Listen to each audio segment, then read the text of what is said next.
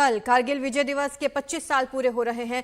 कल मुख्य समारोह मनाया जा रहा है जिसमें प्रधानमंत्री मोदी शिरकत करेंगे, शहीदों को श्रद्धांजलि देंगे। इस समारोह में कारगिल शहीदों के परिजन भी बड़ी संख्या में शामिल होने वाले हैं। यहां कारगिल विजय की रजत जयंती समारोह की तैयारियां अंतिम चरण पर हैं और कारगिल में टाइगर हिल के लिमोचिन पॉइंट पर पहुंच चुकी है एनडीटीवी की टीम और हमारे डिफेंस एडिटर राजीव रंजन सीधे जुड़ रहे हैं टाइगर हिल के लिमोचिन पॉइंट से। करगिल विजय दिवस 25वां साल है ये करगिल की जीत के, और करगिल जीत पर आज हम मौके पर मौजूद हैं द्रास वैली में, जहाँ पे सबसे बड़ी और सबसे खतरनाक लड़ाई आज से 25 साल पहले इसी जून और जुलाई के महीने में लड़ी गई थी। पीछे टाइगर हिल आप देख पा रहे हैं और इस पूरी रेंज में 25 साल पहले इस वक्त में ज़बरदस्त तनाव का माहौल था। हालांकि 26 जुलाई को तो हमने ऑफिशियली विजय दिवस डिक्लेयर कर दिया था, अपनी जीत को अनाउंस कर दिया था, लेकिन 25 साल पहले यहाँ क्या हुआ था वो बताने के लिए मेरे साथ दो खास साथी मौजूद हैं। विष्णु शोम हमारे साथ एनडीटीवी 24/7 के रेगुलर चेहरे हैं, आप इनको देखते रहें, और 25 साल पहले भी वॉर कवर कर रहे थे, आज भी एनडीटीवी के साथ है और आज भी हमको उस वक्त की घटनाएं बताएंगे। और राजीव रंजन मेरे साथ है। राजीव, आपका भी बहुत बहुत स्वागत है। राजीव ने भी बहुत दिनों से डिफेंस को कवर किया है, इन तमाम घटनाओं को देखा है। तो विष्णु, मैं आपसे शुरू करना चाहूँगा, 25 साल बाद फिर लौट रहे हैं आप, आपने तो वॉर कवर किया उस वक्त में, कैसी यादें हैं, क्या कहना चाहेंगे? तो सुमित, मैं एक 24 साल का एक युवा पत्रकार था 1999 में, और ये द्रास जो अब एक छोटा सा टाउनशिप बन चुका है, तब एक गांव था और बमबारी काफ़ी हो रही थी, आर्टिलरी शेलिंग उस साइड से, वो सब हम देखते गए थे। उस एक चाय सिर्फ उसका चाय का जो स्टॉल था वहाँ वो आर्टिलरी शेलिंग में उस पर कोई आर्टिलरी का शेल नहीं लगा था, तो वो हमेशा हमें चाय देता था। तो इस बार भी मैं उनसे मिलना चाहूँगा। पर ये टाइगर हिल हमारे पीछे है, ये तो तोलोलिंग फीचर है, उसके बीच में कई ऐसे पोस्ट हैं जहाँ हमारे सैनिक, हमारे ऑफिसर्स, हमारे मेन यहाँ पाकिस्तानी पोस्ट्स को निकाला था, उनको अटैक हमला किया था और पाकिस्तानी सोल्जर्स को मारे थे वहाँ। तो 25 साल बाद यहाँ आना एक अजीब लग रहा है मेरे लिए, क्योंकि एक बिटर स्वीट एक्सपीरियंस है। बिटर इसलिए क्योंकि फैमिलीज नेक्स्ट ऑफ किन से मैं मिल चुका हूँ, मिलता रहा हूँ, उनसे बात करता हूँ, और स्वीट क्योंकि हम इस जंग को जीत चुके थे। बिल्कुल। राजीव, आप अपने अनुभवों के बारे में क्या बताना चाहेंगे? आप जब लौटते हैं, आप तो अक्सर यहाँ आते हैं, मेरे ख्याल से हर साल कोई भी आपने करगिल विजय दिवस छोड़ा नहीं होगा, इस बार क्या खास है?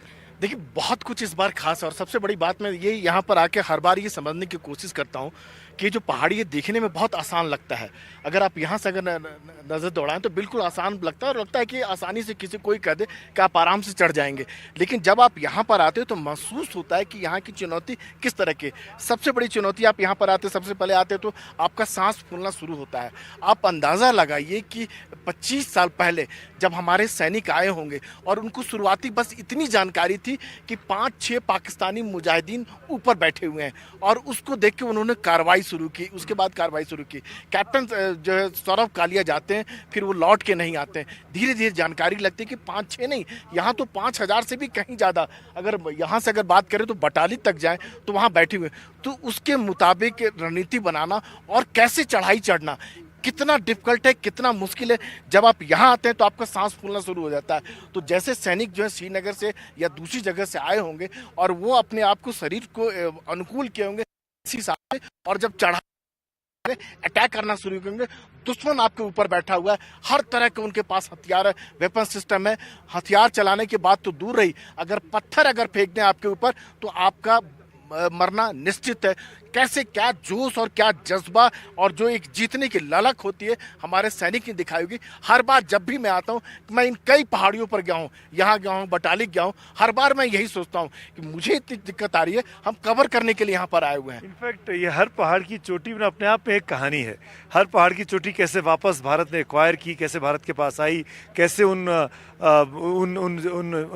घुसपैठियों को यहाँ से मार भगाया गया, उनके कैंप्स को ख़त्म किया गया।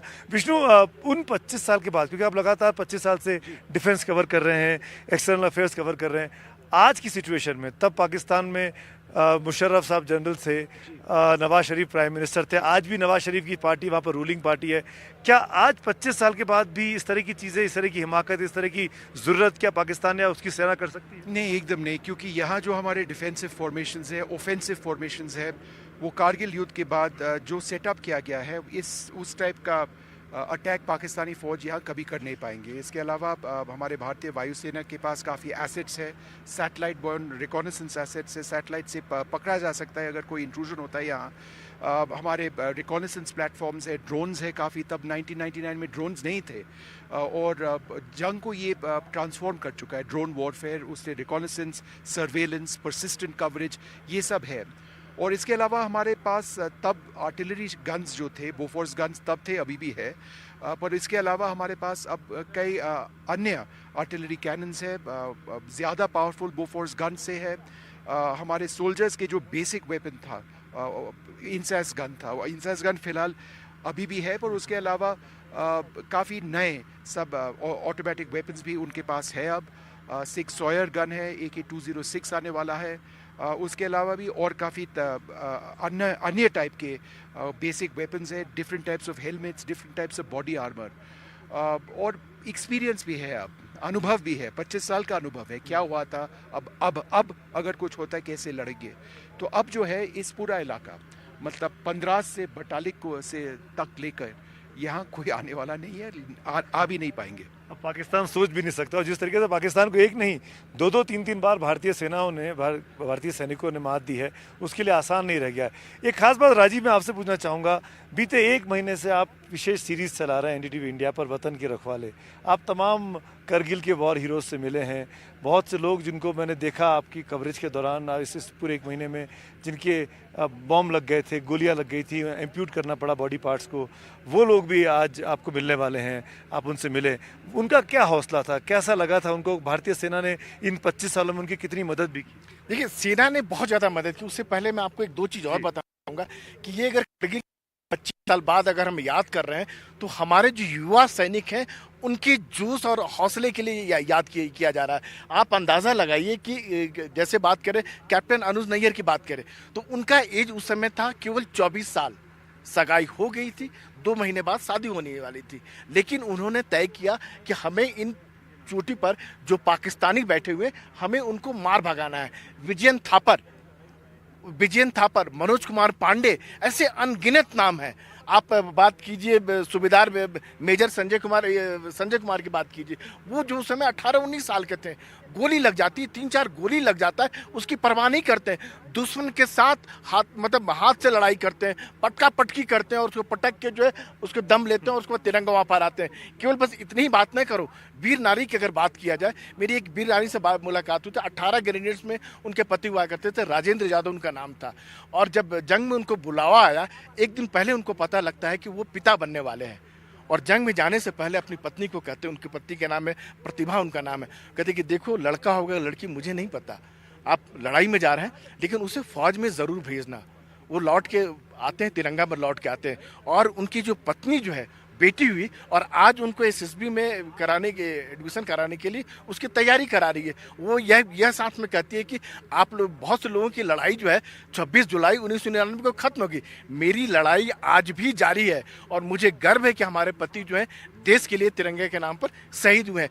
दुख होता है, फील होता है कि हमारे पति आज हमारे बीच में नहीं है। करवा चौथ का होता है या पेरेंट्स मीटिंग जब होता है, बच्चों की मीटिंग होती है, अफसोस होता है, लेकिन एक गर्व का फील भी होता है। तो ये जो वीर नारी जो है, जो सेना की जो है, जिनको केयर कर रहा है, और साथ में यह भी कहती है कि 18 ग्रेनेड्स के हैं, कि वहाँ से लगातार जो है हर महीने जो है उनसे पूछा जाता है कि आपकी कोई परेशानी तो नहीं है, कोई दिक्कत तो नहीं है, परिवार से उनको मदद नहीं मिलती है। तो लेकिन उस सेना में जो कल्चर है कि इथोस जो है कि भाई अगर आप नहीं रह रहे वो मदद करने की, तो ये बड़ी बात है, और उसी का नतीजा है कि इतने सारे वीर नारी आ रहे हैं और उनको एक जुड़ा हुआ महसूस करते हैं।